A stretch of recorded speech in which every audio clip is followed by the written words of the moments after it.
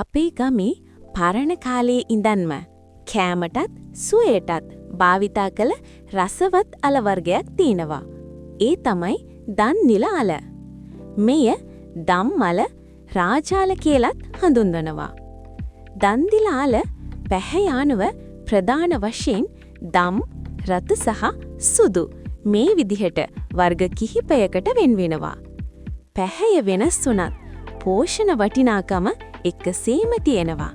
යාළුවනේ අපි හදපු දන්දිල වැලක් තියෙනවා. දැන් නම් අවුරුද්දකටත් කිට්ටුයි මේක හිටවලා.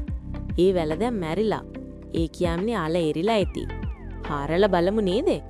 ඔයාලට පේනවා ඇති. මේ තමයි ඒ අලය.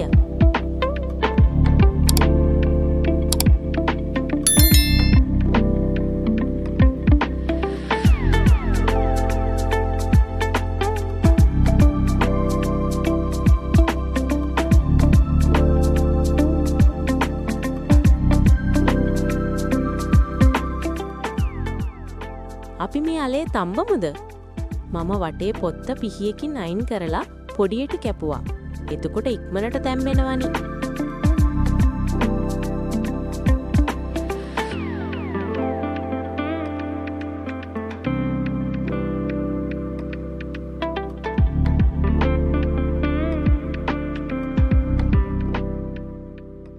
දැන් නම් හොඳට තැම්බිලා.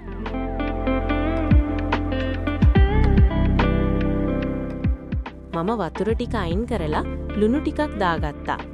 මේක කන්න මම පොළු ටිකක් ගාගත්තා. ලුණු මිරිසක් තිබ්බනම් තවත් රසයි. දන්දිලාල විවිධ ආකාරවලට රසවත් කෑමක් විදිහට සකස් කරන්න පුළුවන්.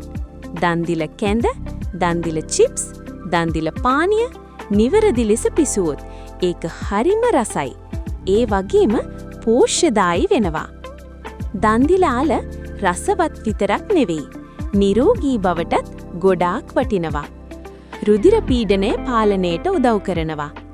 රුධිර නාලවල ලේ කැටිවීම වැළැක්වීමට උපකාරී වෙනවා. අර්ශස් වගේ රෝග තත්ත්වවලටත් සාම්ප්‍රදායිකව භාවිතා කරලා තියෙනවා. දන්දිල අල කියන්නේ අපේ දේශීය උරුමයක්. රසවත්, පෝෂණවත්, සුවදායක ආහාරයක්. අපේ කෑම මේසයට වටිනා අල වර්ගයක්.